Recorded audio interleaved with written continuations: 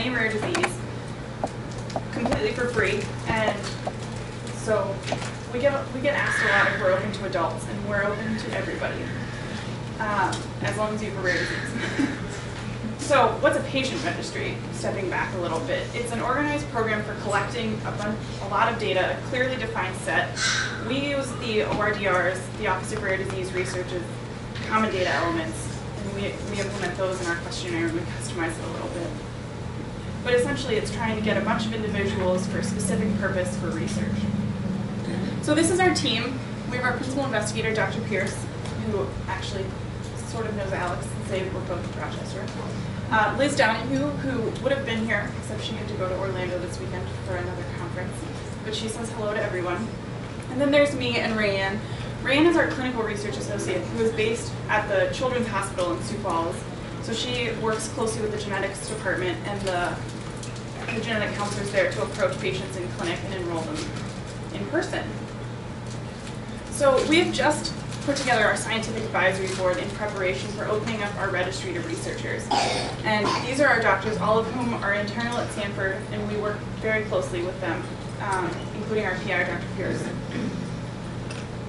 So our key project elements are establishing partnerships with patient advocacy groups, such as Aaron's Ohtahara, participant recruitment, participant enrollment both online and in person, and via mail if they choose, data collection and data management, which I'll talk about a little bit more, our institutional review board, which is in-house, and we work very closely with them to make sure everything is ethical for human protections, marketing and communications, which is a big part of my job. I work pretty extensively on our website and our social media, and then project development, trying to figure out what we're going to do next, and opening things up like our biobank, which is upcoming. CORDs data collection. We collect contact and clinical information. It's pretty basic. It's not a terribly involved questionnaire for individuals diagnosed, or we do also include undiagnosed patients who are sort of expecting a rare diagnosis for all of the rare diseases. There's about 7,000 of them. So our main goal is to facilitate research. So we're trying to get as many patients with as many diseases all collected in one place so that a researcher can come to us and say, oh, well, I want to study Ohtahara syndrome, and they can run a report and see how many patients we have with Ohtahara, and they'll tell us that they want to contact these people. So on their behalf, we'll contact the patients and say, there's a researcher who wants to do a clinical trial or a research study, and here's his information, and if you want to participate, contact them. So the plan is to open up the database to researchers by the end of the summer, which is what we're hoping for. So we're finalizing the request form right now with the Scientific Advisory Board. So what's a rare disease? According to the Rare Disease Act of 2002, it's a disease that affects fewer than 200,000 people in the United States. A lot of diseases fit this definition, but it's also a little confusing because it's hard to find a lot of prevalence rates for many of the rare diseases. But prevalence-wise, that equates to about 1 in 1,500 people, which is the most common it gets. For example, Ohtahara syndrome has a prevalence rate of about 1 in a million. So that's on the scale of rare diseases, it's pretty rare.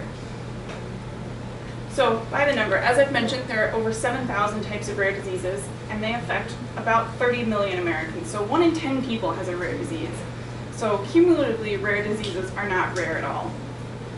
80% of rare diseases are genetic in origin, and 75% of rare diseases affect children, which is kind of a drastic skew. And 30% of children with rare diseases don't live to see their 5th birthday, which is an incredibly sad statistic. But what we're trying to do is facilitate research so that that number goes down. That's our biggest hope. Information is rare. That's one of the big things that stands in the way of research into these rare diseases. There are so few patients, it's hard to get them in touch with the right researchers. As I'm sure these two have mentioned, it's hard to find enough people to get into your study quickly enough. And patient advocacy groups in the registry, they definitely help facilitate that. So we're trying to get access to information for patients and physicians and researchers and epidemiologists as well for studies. So as I kind of touched on, there are definitely some challenges, and a lot of that is that it's hard to find the patients. There aren't that many researchers doing research on rare diseases. It's hard to get those funded. And there's competition with a lot of common diseases where Big Pharma wants to be like, I want to make a drug that's going to be promotable to the most people so we can make the most money. But what they found actually is that rare disease therapies are actually a very lucrative business practice because they can charge exorbitant amounts of money and the insurance companies will pay for it. So they make just about the same kind of money, but there aren't many companies that do that. Genzyme is one of only a few that focus on rare diseases. And there's a limited understanding of these mechanisms because it's hard to get a lot of molecular studies done when you don't have very many patients to work on. And as I mentioned, it's hard to, the patient pool is too small. So Brianne touched on this a little bit. We do have a big symposium every February, as close to on Rare Disease Day as possible. Rare Disease Day being February 28th or 29th, if it's a leap year. And that was started, I believe, in 2006 or 2009, and by Eurodis and NORD, which is the National Organization for Rare Disorders. And they promoted trying to get awareness for all of these rare disorders. And we try and make this as big as possible, and we make it completely free with free CMEs and CEUs so that we can get as many doctors and nurses involved so that they can learn a little bit more about these rare diseases and kind of help out the patients by learning a little more. And then we also have vendor booths for our partners. And Brianne had a booth this past year and I believe the year before, and hopefully she'll come back again next year. So that's just one of the things that we're trying to do to educate people. We also have a collaboration with Sanford Promise, which is essentially, it's a separate lab that's dedicated to teaching the younger generations of young kids in the grade school and high school and undergrads. And they have high school kids come once a semester, and they have a lot of different booths, and people give presentations and trying to teach people about all aspects of science. And we always host a booth and we do presentations trying to teach kids about rare diseases and inspire a little bit of, hopefully, some budding young scientists to go into the field of rare disease research. And we also, we're pretty active in social media, as I know the rare disease community is in general very active in the social media world because it's the best way to get in touch with people who are far away. And since there aren't, and I know a lot of you probably get together on Facebook or the Yahoo group and talk because it's the only way to find people when you have a disease that has a prevalence rate of 1 in a million. It's hard to find people, and the internet is bringing people closer together. So we run a Facebook and a Twitter and also a Pinterest and a Tumblr if you're interested. But one of the big things I'd like to highlight is our Twitter chat, which I was actually just running earlier. We do a monthly Twitter chat with various rare disease organizations trying to promote their cause and teach people a little bit about the disease they represent, or in the case of the one today, they're marketing specifically for rare disease organizations. So teaching people a little bit more and trying to get the word out there about all these different rare diseases. So that was kind of a whirlwind of information, but I promised I'd keep it short. So if anybody has any questions, let me know. Do you have a question? Yeah. I was wondering, again, like, where is the facility at where all the kids can go? We're going to be going back to Texas, like in different parts of the United States, or just one?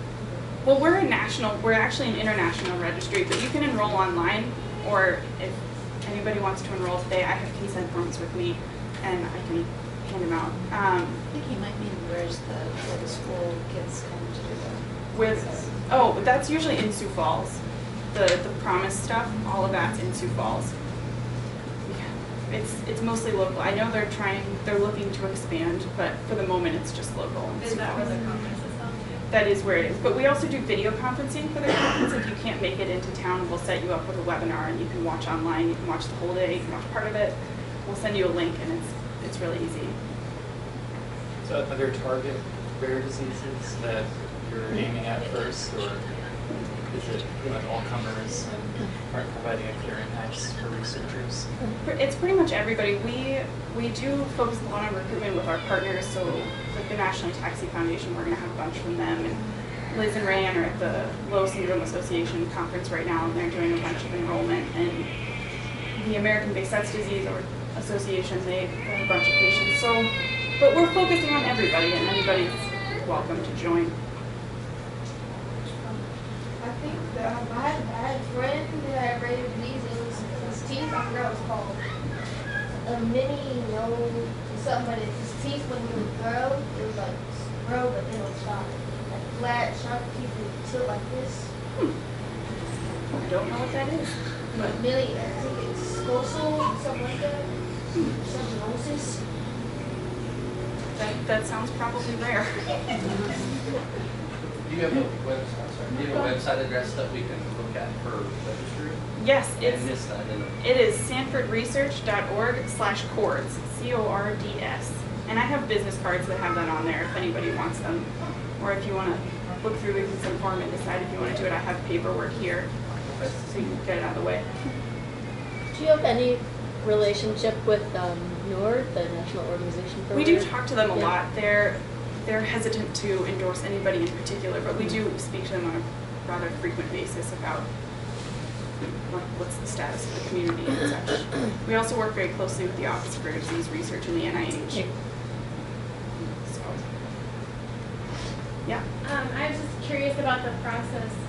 Once a patient is registered, how often do you get inquiries from outside research labs to obtain that information, or what's that? How's that all go down? Well, as yet we haven't opened up the registry to researchers. We're still kind of in the building phase, but that should be opening by the end of the summer, we hope. But we don't have any idea what kind of frequency it'll be, and we're working to promote it as much as we can. But as far as our contact with you, we will regularly, annually contact you to make sure you still want to participate and update your information and just check in and make sure everything's still good. In the same way that there's a clinical trials registry for NIH, do you plan on having sort of a research registry so you could sort of really link families with specific groups, or are you asking research groups to provide contact information so you can point families to them? Yeah, it's more like they'll ask us if they want to contact specific people, and then we'll contact them on their behalf. But we also have a provision where we're going to be sharing de-identified information with other rare disease registries so that we can kind of get that information out there as much as possible. It would be great to have, the clinical trials registries are great. You can go and type in your diagnosis and see there's a clinical trials, but there isn't necessarily a publicly available research trial registry. So yeah, that would be a nice thing to have. But that's definitely one of the things we're trying to do is get patients in touch with researchers that want to be involved as well. And another thing is that patient advocacy groups can partner with us and create their own disease-specific registry so they can have their own customized questionnaire, which can be more helpful for certain diseases. And it's all free. It's free to everybody. So how do you guys pay for your stuff? We're internally funded.